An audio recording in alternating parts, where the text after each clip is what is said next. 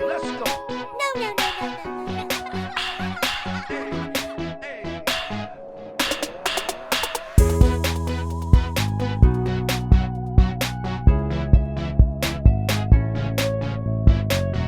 no. How about your favorite bedtime story? Hi there, and welcome to another conversation on Parents Corner, where we inspire you as a parent and bring on conversations where you can learn and learn from other people as well. On today's conversation, we are joined by Masika Muguro, award-winning gospel artist. I know she's not a stranger to many of you, and she's beloved by many people. Join me in welcoming Masi on Parents Corner. Masi. Yay! They go like, Absolute pleasure to have you. it's a pleasure meeting you too. Yeah? Yeah. You're a bundle of joy. Oh my gosh. You know. In fact, for the people who are watching, if they were able to see what we were doing a few Before. minutes before we started rolling. Yeah, you're really something. No, it's nice to meet you, and thank you for honoring our invite. I wonder, when you think about who Mercy is, what is it about Mercy that we don't know? Who is Mercy? Okay, of course, I don't like assuming that everybody knows me. There are people who are like, Ati, where do you know me? So, so Masika is my name. I'm a gospel minister. What people don't know about me is, wow, there's a lot they don't know. And there's a reason why they don't know about what they shouldn't know about. Yeah. If there's anything possibly we'd have loved for people to know about this other side of Mercy that makes you different and unique, what would that be? I think the only thing that makes me kind of different is I value so much godliness and integrity. So much, Yani, so much. I think I'm not perfect, please don't treat me wrong. But I think what I wish everybody would walk in integrity. It would make their lives easier. I think of that every day, you know. I study people every day. Wow. I'm into, 16 personality tests and personality tests. Wow. And I study people for a living. I can tell who are the most rebellious personalities. I can tell you, people who like people. I met you and I was studying you. I'm like, okay, so this one is, So I think that's one thing people also don't know. Yeah. My life is about studying people. So That's interesting. You're a people watcher. Yes, I'm a people watcher. And so I think eventually I'll become a counselor because to some degree I think I'm good. Yeah. That's a good one. That's a good one. Yeah. There's something I wanted to ask you that has just skipped my mind, which has come back. You talked about integrity. Yeah.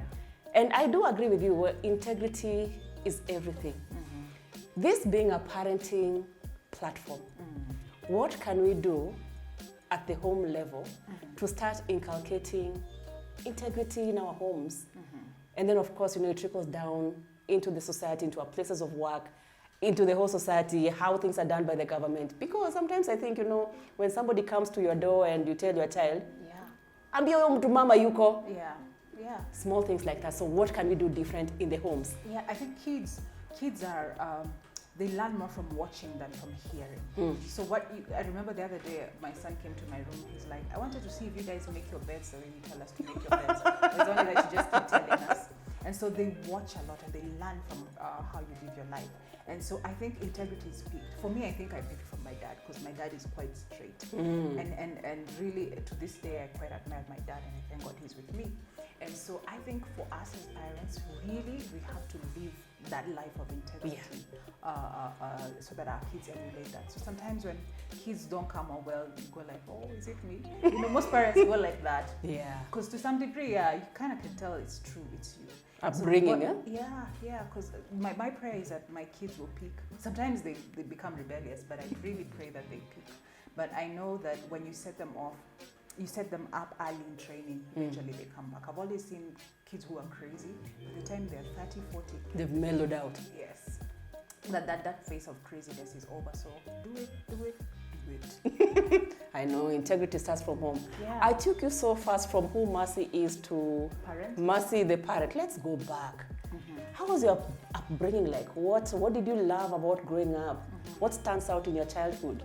Wow, growing up I was an introvert. I did not know what my problem was. Because I'd go to a new school and I'm looking for a place to hide. You know, as in now later on when I'm studying, because then I realized, oh, the thing started early. Because I remember going to a school in Shags. We came from Nairobi and went to Shags, Machakos. And so I was looking for a place where I can just be alone. So I'd go behind classes. Funny enough, nobody was there. Really? You know? So there's always a place where I would hide. Would go for lots of conferences because my parents would organize conferences for leaders and that kind of thing. Right. And so I would always find myself hiding, looking for a place to hide just to have some peace and quiet. In high school too, everywhere I was always looking for peace and quiet. So I did not know that I was I thought I was just weird. That comes off as very surprising because you come across almost as an extrovert. I know. In my study, some introverts come out as extroverts, but they're really introverts. So that's why you don't believe me when I tell you I'm an introvert. Oh, you are? No, I'm an can't. ambivert. But you're more I'm an extrovert. ambivert. You're loud. I'm a serious combination of very loud, and I can literally be on an island alone for the longest time and be away from everything, and I'm okay. Yeah. So a blend of the two. Yeah. So my upbringing was godly, godly parents.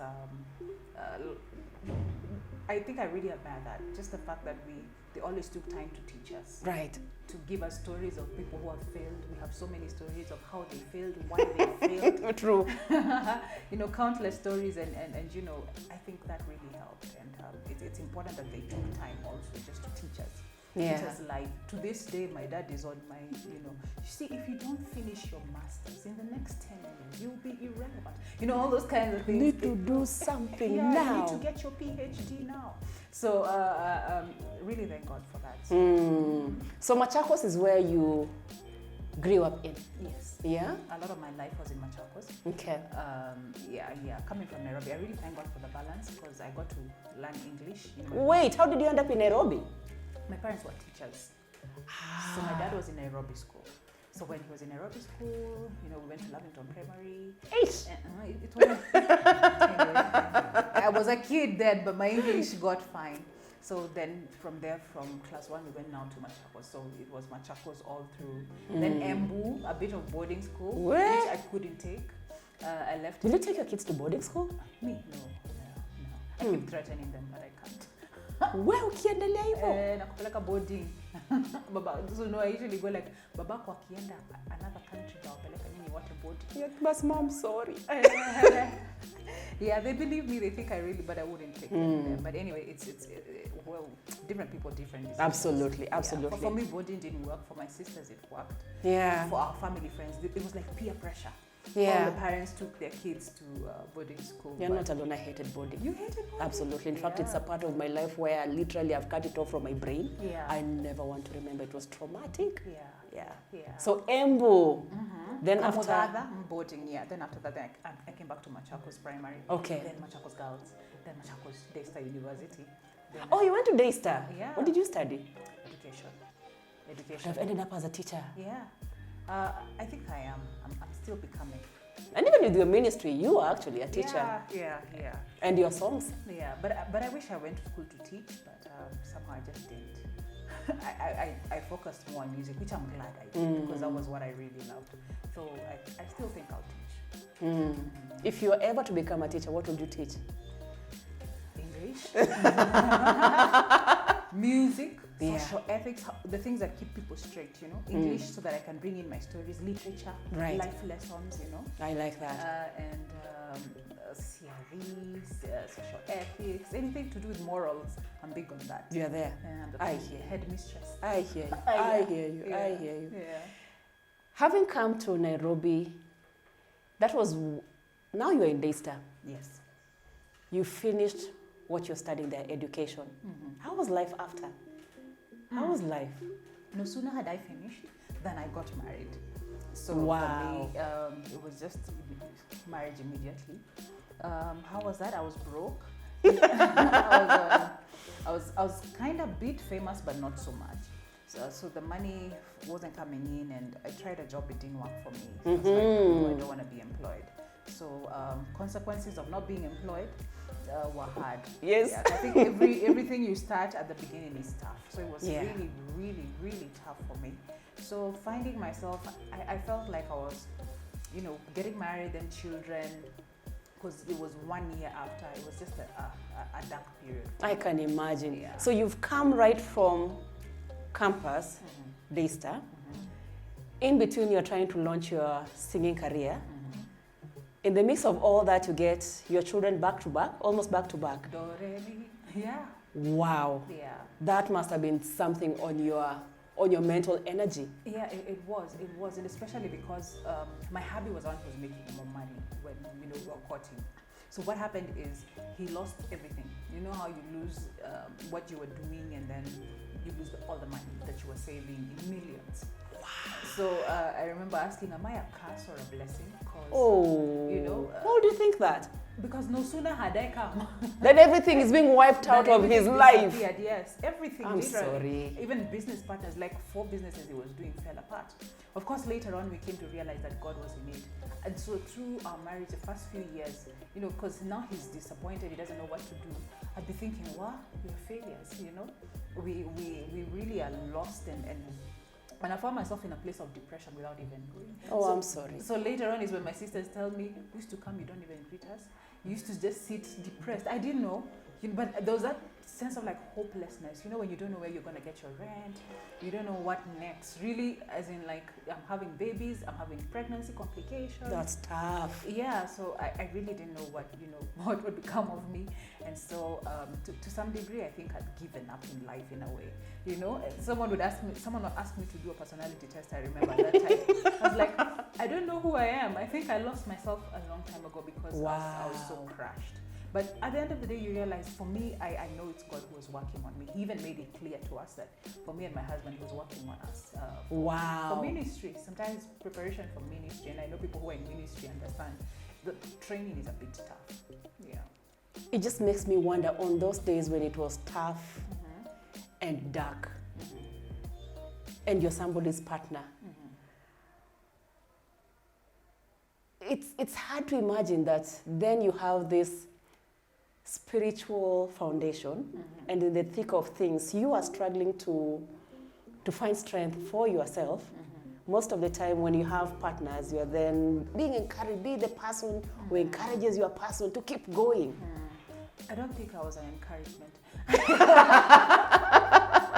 Knowing what you know now compared to what you know then, now what would you have done better? Wow, like the other day I was saying, I wish right now is when I'd be having babies, but I don't think I'd be who I am right now if I didn't. But one of the things that people go through is when you're having babies and you're broke, you're married. The way you put it, Mercy. It's true, because a lot of people who are watching are there. You're having babies, but you're broke. And the broke is really bad. And marriage begins to shake. And so there were times I thought, wow, because you begin to have fights. But they're not because you don't like each other. You don't get along. It's because of the money frustration. So at that time, I did not know. I was not able to dig deep and say, okay, this is a problem. But it is a problem when you're working and you're having babies and you don't have money. Yeah, that's really something that can really blow your marriage. And I've seen a lot of people break up within those first 5 years of marriage. Yeah, and it's after the baby came. No sooner, the baby came. That's when the problem. It's started. expensive. Yes, it's not only just also the emotional drain of bringing up a newborn. Yeah, and so that's what happened for us. But hey, I'm grateful. My husband was hands-on, as much as I was not very grateful, but he was hands-on. Thank God. I never complained once. Those husbands you hear till they don't. He was good with babies. Actually, he brought up many other babies before than me, so he was better. So somehow that kept a balance at that time. Of course, things change. My mom kept telling us, because they kept encouraging us, things change. She's like, the only Were you seeing it at that time? Nah. Nah, I wasn't seeing it. No, I went to studio once within 5 years. And so, wow. Yeah, it was just a quiet moment for me. I never even used to want to see music on TV because I'm like, oh, they're going to make me feel bad. Yeah. Yeah. Did you ever feel that God has abandoned you? I kept feeling that, yeah. I kept feeling that. I felt like he was very busy. Like with other people. Yeah. When are you passing by here? Yes, yes. There's a song Christina Shusha sang when I was almost coming out. It's Nilifikiri wako wenye haki ya kubarikiwa tu. Kumbe baraka ni haki ya kila mmoja. That's exactly how I felt. I felt like, oh, it's like there are people just who are meant to do well. And I see that in my comments on Instagram every day. That when I'm giving them advice on something, someone goes like, but you're blessed. You know, so I have no idea. Yeah, they have no idea that you've been through that, season where you were thinking, oh, okay, God, you're really not listening to me. But one thing I decided along the way is that I won't give up on my faith. I'll not give up on God. I'll not compromise. I'll just keep trusting God. I remember telling God, when you come, fine. If you come, fine. If you don't, fine. Wow. I'll still be in you. Because that's how you're tested. You're tested with obedience. You're tested with tough times. Will you still trust me? Yeah. Even when things are tough. That's wonderful. Yeah.